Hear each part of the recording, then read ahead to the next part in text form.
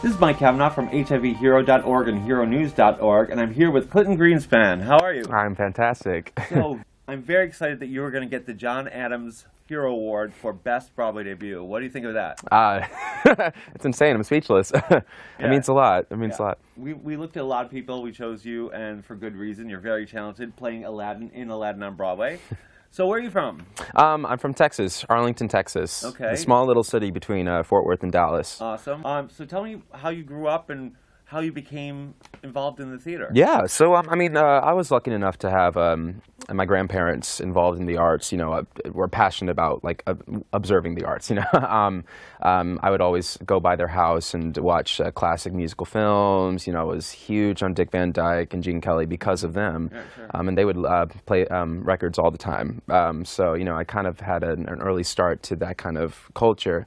But I actually got involved with gymnastics, so I was a gymnast for about 6 years before I transferred over to the theater world, if you will. Interesting. Yeah. That must have helped, right? Oh, absolutely. Yeah. I mean, it's definitely in a show like this, too, you know.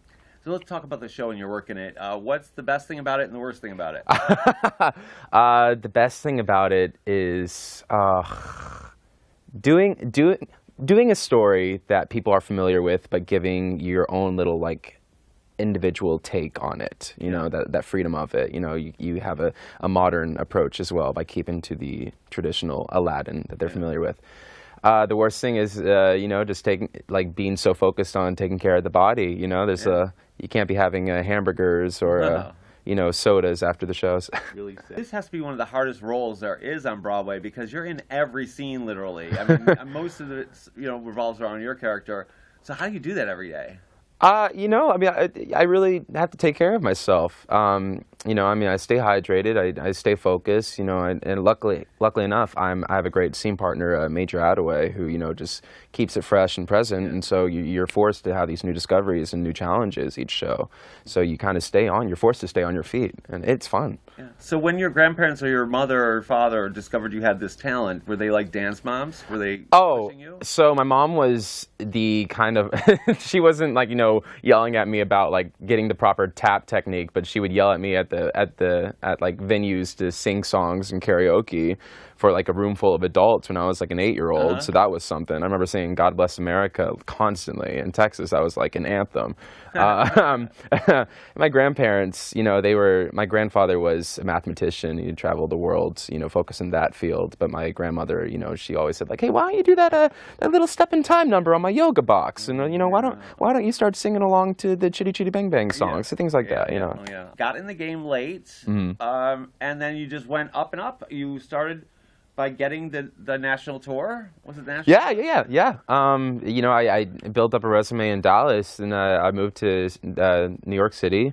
Got called in, got the gig for the original national tour of Aladdin, where I understudied Adam Jacobs for a year, and then I took over in Denver, and then did that for about a year and a half, and then joined the Broadway cast, and so basically 3 years of Aladdin.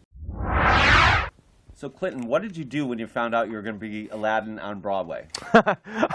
Where were you? I was in the airplane headed back from my European trip, where I just, you know, went by myself, backpacked, got lost, no itinerary. And, you know, I was at the end of it, I remember thinking, wow, I want to go to London. I want to work in London. This will be fun. Maybe I'll do that next after the tour. And I have a text from my manager saying, call me ASAP, 4 different messages.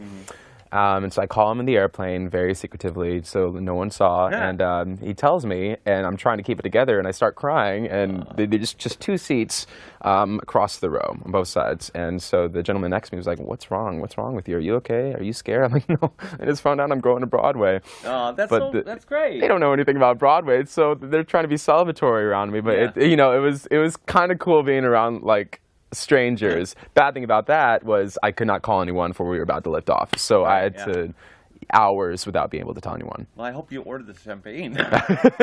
Oh, yeah. So Clinton, what advice would you give to young people trying to get in this business and be successful?